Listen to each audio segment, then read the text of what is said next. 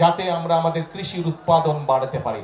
সমগ্র বাংলাদেশে আজকে যেই খালগুলো আগে ছিল প্রায় সকল খাল ভরাট হয়ে গেছে। আমি এখানে আসার পথে আমি বিভিন্ন জায়গায় দেখলাম নদীর পর্যন্ত ভরাট হয়ে গেছে। নদীর মধ্যে কিছু চাষবাসের কাজ হচ্ছে। বহু খাল, ওই যে ছোট ছোট কালভার ব্রিজ যখন পার হয়ে আসলাম দেখলাম যে অনেকগুলো খাল প্রায় ভরাট হয়ে গিয়েছে। এই এলাকাতে যে খবর নিয়ে আমি জানলাম, এমনকি বর্ষার মৌসুমেও খরা হয়, অনেক জায়গায় পানি পাওয়া যায় না। ঠিক এই কথাটা কি ঠিক? বর্ষার মৌসুমে অনেক জায়গায় পানির সমস্যা হয়, সেখানে চাষবাস করা যায় না। কিন্তু আমরা এই বর্ষার পানিটাকে আমাদের কাজে ব্যবহার করতে চাই। আমরা কৃষক ভাইদের কাজে এই পানিটা ব্যবহার করতে চাই। আমরা এই পানিটা ব্যবহার করতে চাই এমন ভাবে যাতে সমগ্র এলাকার মানুষ উপকার পায়। সেজন্যই আমরা বাংলাদেশে আজকে ভাবে এখানে খাল খনন শুরু করলাম।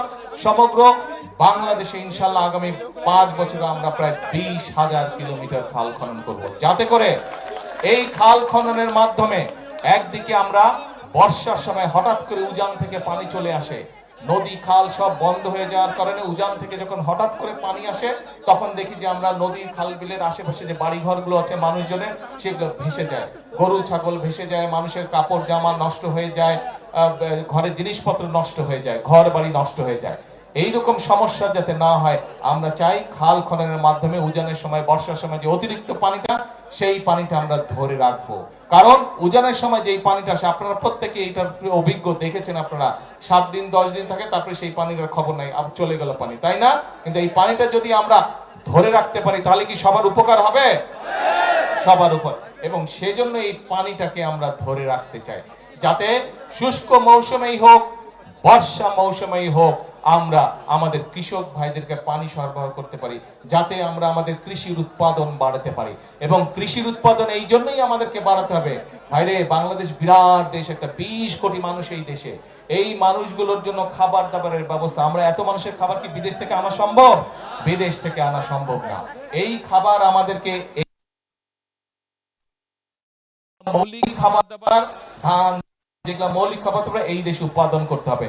এবং আল্লাহর রহমতে আল্লাহ এই দেশের মাটিকে এত উর্বর করে দিয়েছেন যে আপনি যদি বীজটা রোপণ করেন, পানি টানি দেন, মোটামুটি ভাবেই সে ফসল হওয়া ধরে।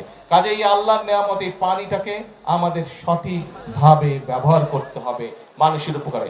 এবং শুধু এই খাল না, তো খালের পাশে যে জায়গাটা হবে সেখানে আমরা প্রায় 7,000 ইনশাল্লাহ বৃক্ষরোপণ করব। এই বৃক্ষরোপণ করলে এটার পাশ দিয়ে মানুষ হাঁটতে যাবে।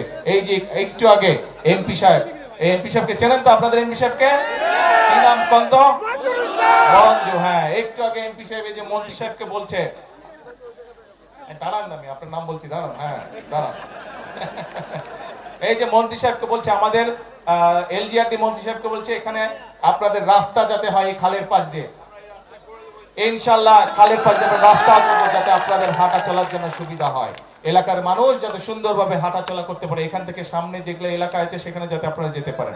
কাজেই আমাদেরকে সারা দেশে আমরা এইভাবে খাল খনন কর্মসূচি শুরু করেছি আনুষ্ঠানিকভাবে। আজকে এই খাল খননের মাধ্যমে আমরা যেরকম পানির সমস্যার সমাধান করব, একইভাবে এই খাল খননের মাধ্যমে আমরা দুই পাশে ফলের গাছ লাগাবো, দুই পাশে যেগুলা মূল্যবান গাছ আছে সেগুলা লাগাবো, যাতে দেশের সম্পদ বৃদ্ধি হয়।